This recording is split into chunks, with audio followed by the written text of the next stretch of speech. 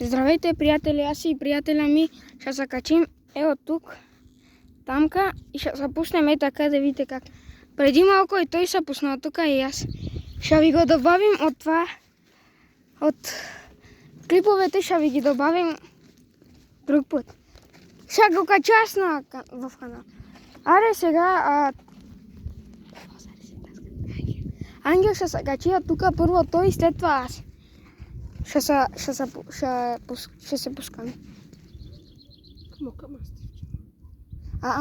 Не. Ако искаш, качи се от тук и така се пусни. Не. Еми иска да се качи от тамка от чертата, да се пусне той и след това ще мине и така да се пусне. Между другото и аз ще се пусна.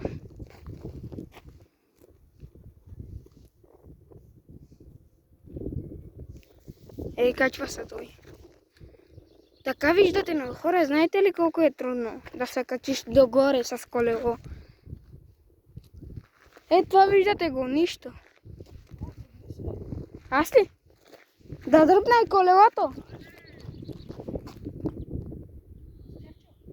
Чакай.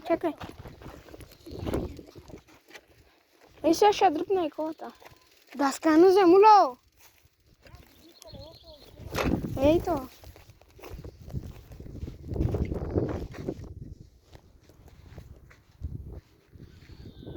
Метин, това ще ни удари?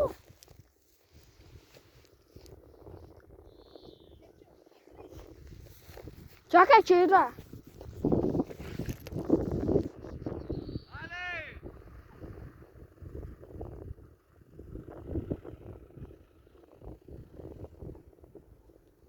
Пускай се.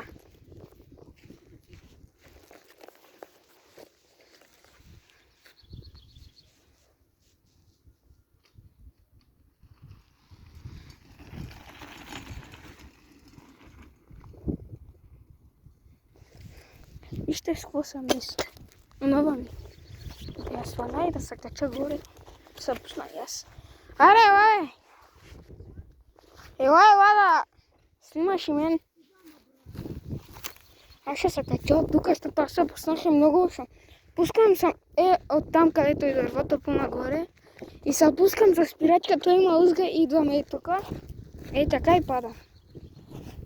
Знаете ли как ни вдига заницата? Спускаш ли, брат? Да. Амо, Кломус, да. Ето го, пичове, най-якият човек в Розино пуска се откъдето иска. Що колко е стръмно. За малко да падна. Сега приятеля ми ще ви покаже нещо екстремно. Вижте го. Дай, брат, то ти си. Чакай да преместя колелото.